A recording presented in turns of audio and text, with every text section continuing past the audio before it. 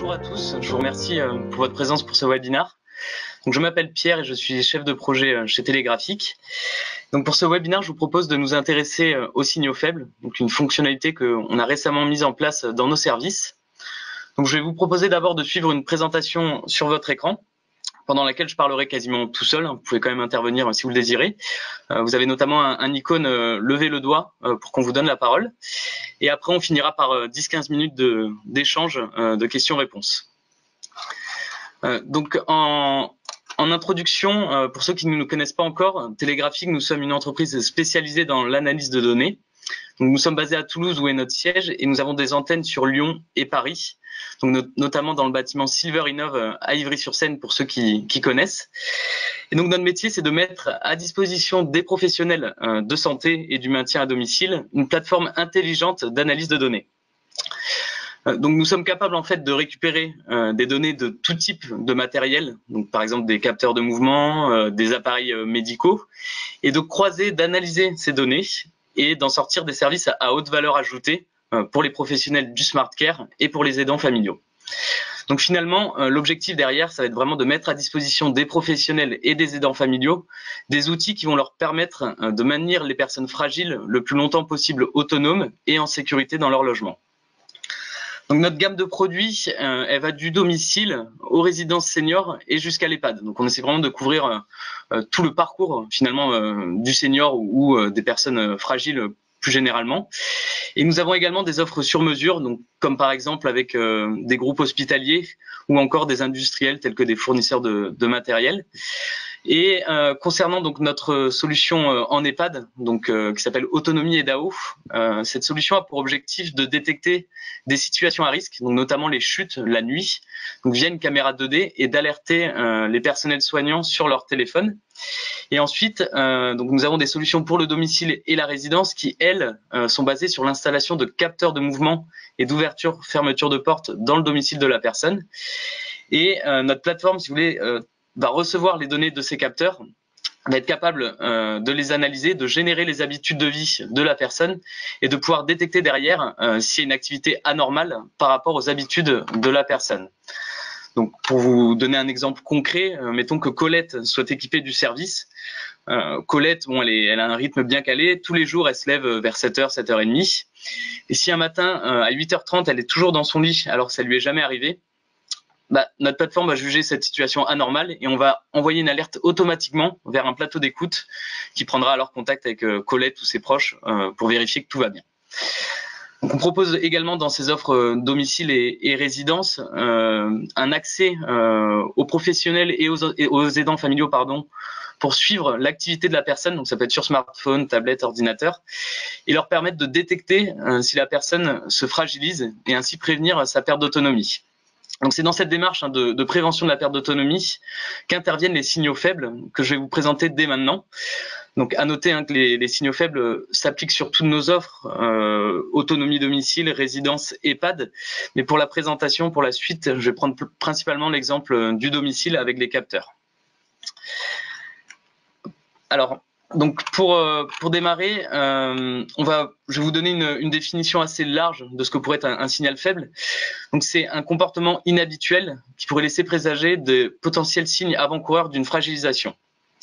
Donc dans le cas de personnes fragiles, pour vous donner plus de détails, on pourrait dire qu'il s'agit d'une activité anormale de la personne par rapport à ses habitudes qui va nécessiter une enquête de la part des professionnels ou des aidants familiaux pour voir si la personne n'est pas en train de se fragiliser ou s'il ne faut pas mettre en place des actions adaptées pour prévenir cette fragilisation. Donc le contexte des signaux faibles, c'est de pouvoir justement permettre aux aidants familiaux et professionnels d'avoir les bons outils pour suivre l'activité de leurs proches ou bénéficiaires et de détecter au plus vite une perte d'autonomie, une fragilisation. Donc pour cela, comment ça marche? Donc la plateforme Télégraphique va recevoir toujours les données des capteurs qui sont installés au domicile et va être capable de détecter s'il y a une dégradation potentielle de l'activité du bénéficiaire et informer directement les professionnels et aidants pour qu'ils mettent en place des actions adaptées pour les bénéficiaires derrière.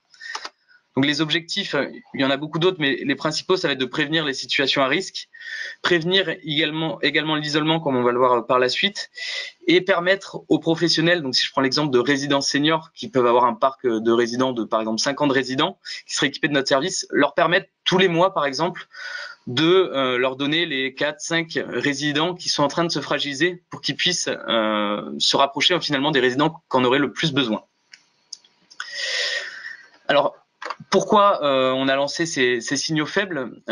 Aujourd'hui, donc comme je vous ai dit, on propose une application aux aidants et aux professionnels sur laquelle on peut suivre l'activité du bénéficiaire et notamment via des écrans. Donc l'écran que vous avez à droite, on peut voir des statistiques sur l'activité du bénéficiaire à la semaine, au mois, à l'année. Donc le but de ces écrans, c'était de pouvoir donner une tendance en fait aux professionnels et aux aidants.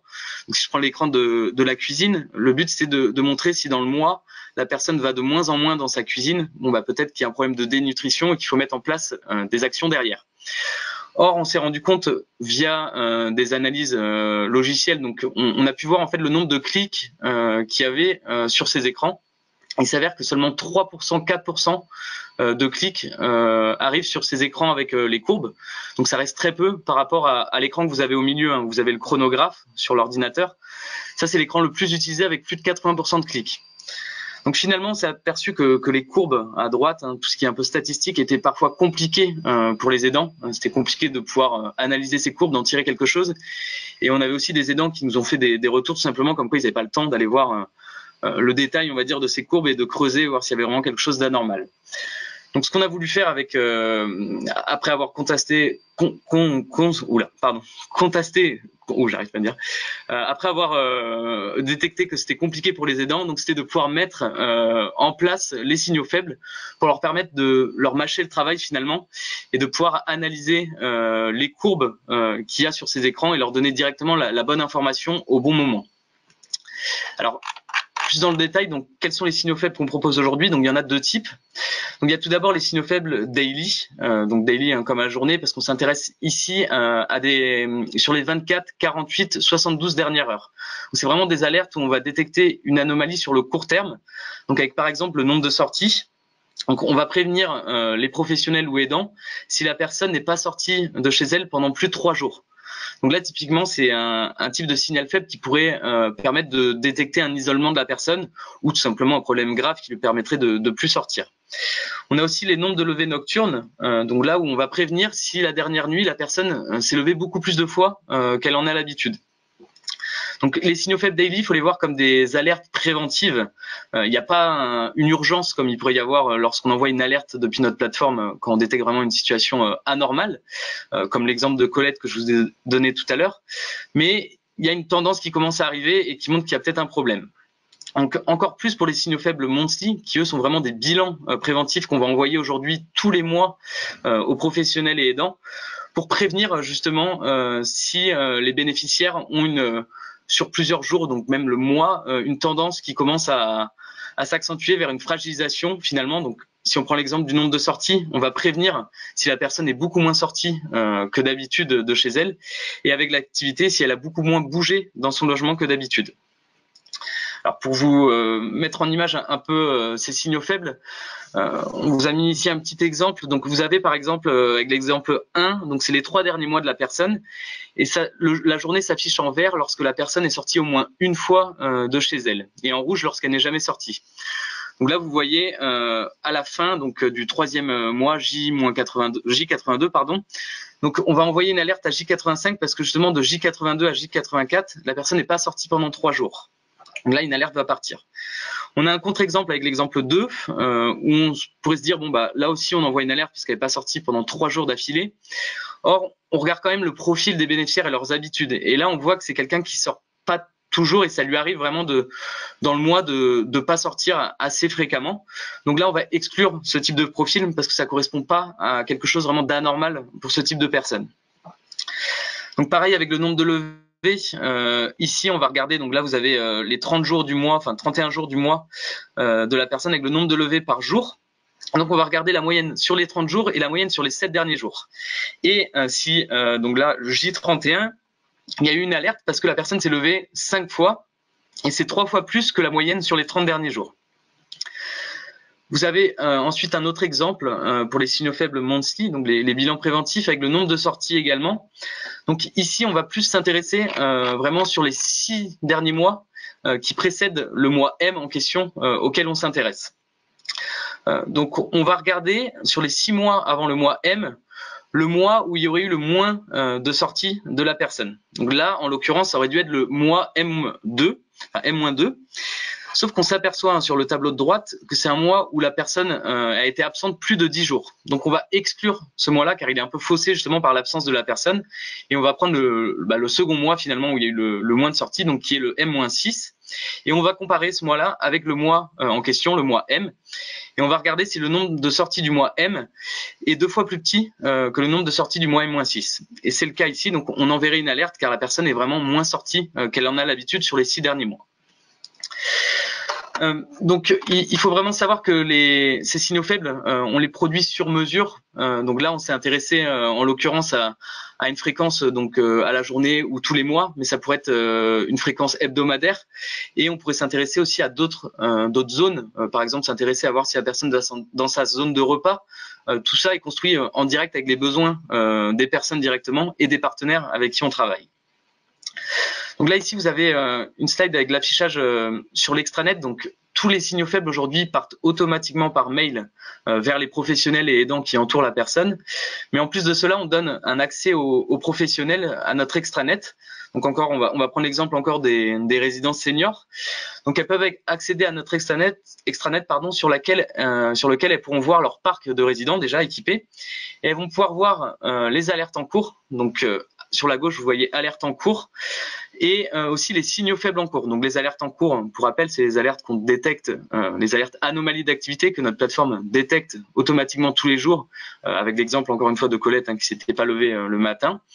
Et sur votre droite, vous avez plus les signaux faibles en cours. Et ce qui est intéressant ici, c'est de pouvoir accéder à l'historique justement de tous les signaux faibles et alertes.